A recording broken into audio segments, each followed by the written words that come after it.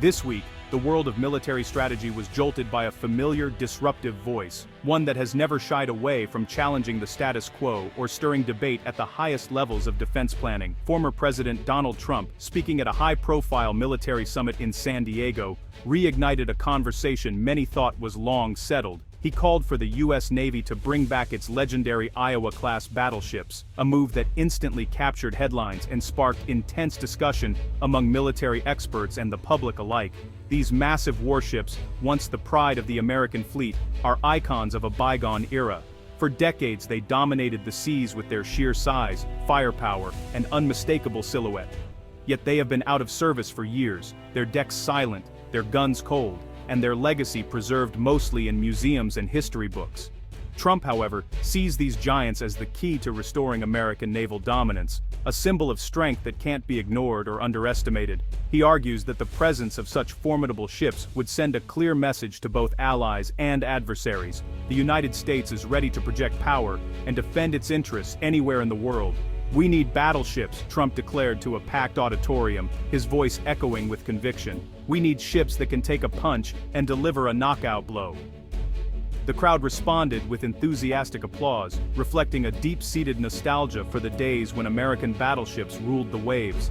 His words directly challenged the Navy's current focus on smaller, high-tech vessels, ships designed for stealth, speed, and electronic warfare. Today's fleet relies heavily on advanced technology, from guided missiles to sophisticated radar systems prioritizing agility and precision over brute force.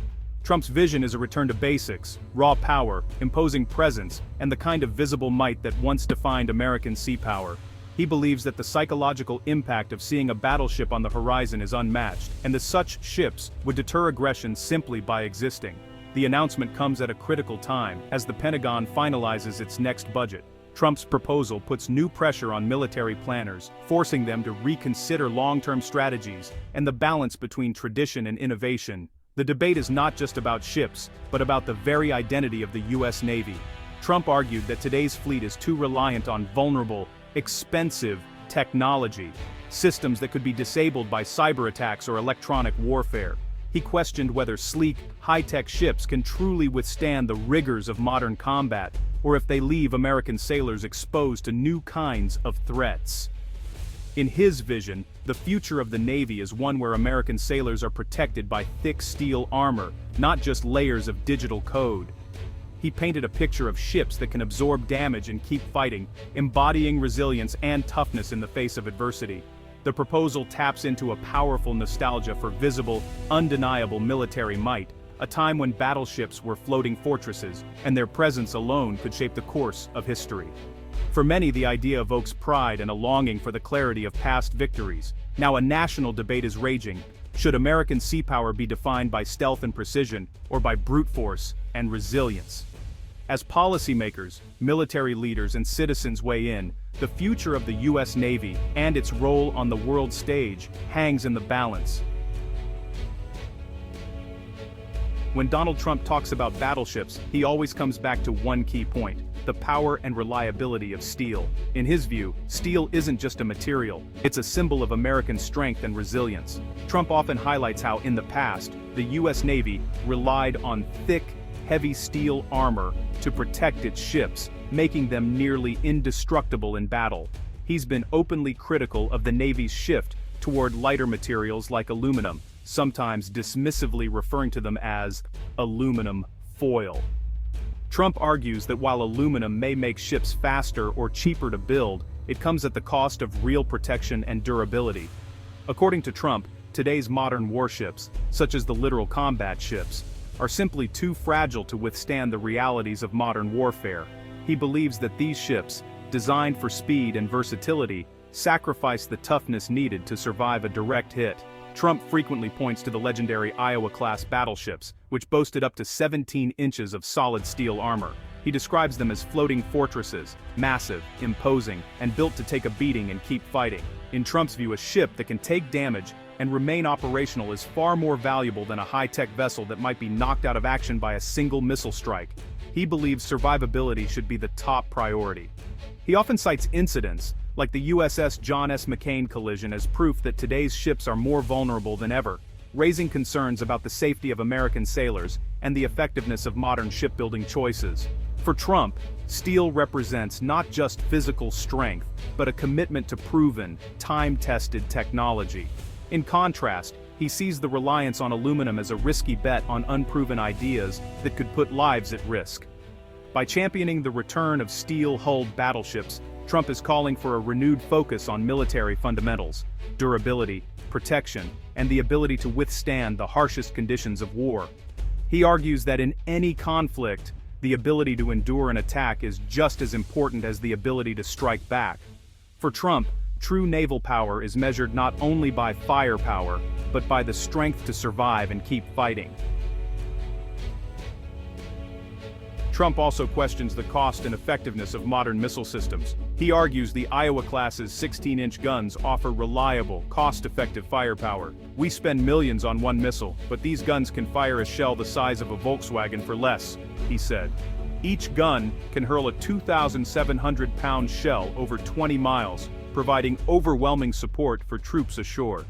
Trump claims battleships' deep magazines and sustained firepower are a missing asset in today's Navy.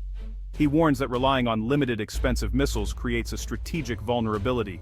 Battleships, he says, offer enduring, intimidating power projection. It's a bold challenge to the Navy's focus on precision-guided weapons. Trump reminded his audience that battleships aren't just relics. They served in the 1991 Gulf War. The USS Missouri and USS Wisconsin bombarded Iraqi defenses and launched Tomahawk missiles. Their presence was so intimidating that Iraqi soldiers reportedly surrendered to a drone, fearing the ship's guns. Trump argues no modern ship commands such fear and respect. After the Gulf War, battleships were retired due to high costs and large crews. The Navy shifted to more efficient platforms, but Trump calls this a mistake. He wants to revive the hybrid power and psychological impact battleships once brought to the fleet. Trump's call for a return to battleships stands in stark contrast to the Navy's current strategy, setting up a fundamental clash of visions for America's maritime future. While Trump envisions a fleet centered around massive, heavily armed ships that project raw power, the Navy's leadership is charting a very different course. The Pentagon is actively pursuing what's known as distributed maritime operations. This means building a force made up of more ships, but each one is smaller, faster, and often unmanned. These vessels are designed to operate independently or in small groups, making the fleet more flexible and adaptable to modern threats. By spreading out its forces across the ocean, the Navy aims to make its ships harder to find, harder to target, and ultimately more resilient in the face of advanced enemy weapons like long-range missiles and drones. That's why current investments are focused on building new frigates, advanced destroyers, and a growing fleet of unmanned surface and underwater vessels. The emphasis is on innovation, stealth, and networked warfare, not on reviving the era of massive capital ships. In contrast, Trump's vision is almost the mirror image. He wants to concentrate America's naval power in a handful of imposing, heavily armed platforms, believing that visible might is the best deterrent. He argues that a Navy bristling with big guns and thick armor sends a message of dominance that stealthy, dispersed ships simply can't match. This philosophy harks back to the days of World War II, when fleets of battleships clashed in decisive engagements and naval supremacy was measured by the size and firepower of your capital ships. But in today's world of limited defense budgets and rapidly evolving technology, these two visions are almost impossible to reconcile.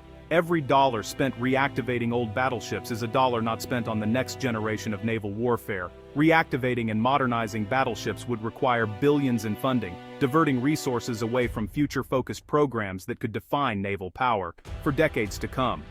At its core, the debate is about numbers, stealth, and digital networking versus armor, big guns, and the psychological impact of concentrated power. It's a question of whether the future belongs to many small, smart ships or a few giants. The outcome of this debate won't just decide what the Navy looks like in the next few years. It will shape America's maritime strategy and its ability to project power for generations. The idea of battleships sailing again is captivating, but the challenges are immense, starting with cost. The 4 Iowa-class ships are now museum pieces, not ready for combat. Reactivating even one would require a full structural overhaul and modernization.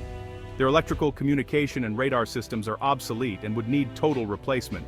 The steam propulsion plants require skills and parts that barely exist today.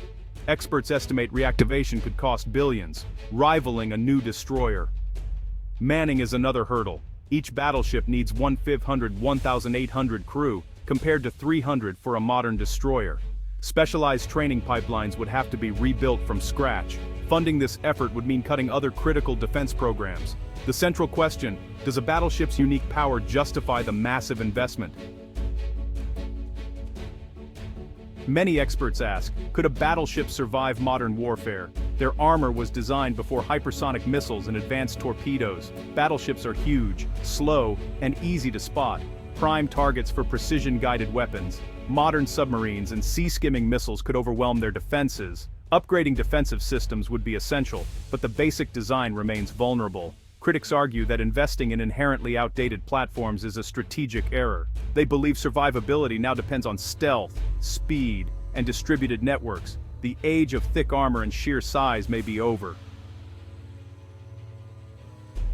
Crewing a battleship is a unique challenge. These ships blend industrial-era machinery with modern tech, requiring rare skills. The engine rooms and gun turrets demand expertise in steam engineering and heavy artillery, skills long out of use. Training new crews would take years and create a separate culture within the Navy. Career progression and integration with the rest of the fleet would be complicated. Life aboard would be tough, cramped quarters, hard labor, and few modern amenities. Recruiting volunteers for such demanding duty would be difficult. The human cost of reactivating battleships is significant and often overlooked. This may be the biggest obstacle of all. The battleship debate is about more than ships. It's about America's vision of sea power. One side champions high-tech networked fleets, the other, visible might and overwhelming force. Trump's proposal taps into nostalgia and skepticism about fragile technology. The Navy faces rising threats, shrinking fleets, and tight budgets. The choice: invest in old-school power, or double down on distributed, agile platforms. The decision will shape U.S. naval strategy for generations. This debate reflects a nation at a crossroads, questioning how to project strength. Is America's future in technological sophistication or raw force? The answer isn't simple, but the conversation is vital. It forces the country to rethink what it means to command the seas in the 21st century.